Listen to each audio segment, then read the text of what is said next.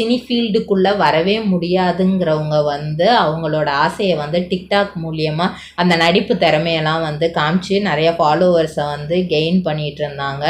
திடீர்னு பேன் அப்படிங்கும்போது இதுக்கப்புறம் நெக்ஸ்ட்டு என்ன பண்ணலாம் அப்படின்ற மாதிரி தான் அவங்க எல்லாருமே ஒரு ஷாக்கில் இருந்தப்போ யூடியூப் வந்து இந்த மாதிரி வந்து ஷார்ட்ஸ் அப்படிங்கிறத கொண்டு வந்தாங்க. அதுக்கப்புறம் இன்ஸ்டாகிராம் அப்படிங்கிற ஒரு ஆப்பும் வந்துச்சு. ஃபேஸ்புக் மூலியமாக இன்ஸ்டாகிராம் அப்படிங்கிற ஒரு ஆப் வந்துச்சு.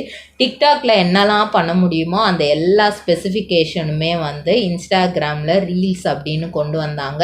யூடியூப்பில் ஷார்ட்ஸ் அப்படின்னு கொண்டு வந்தாங்க. இதில் இருக்கிற எல்லாருமே அப்படியே அதுக்கு மாறினாங்க.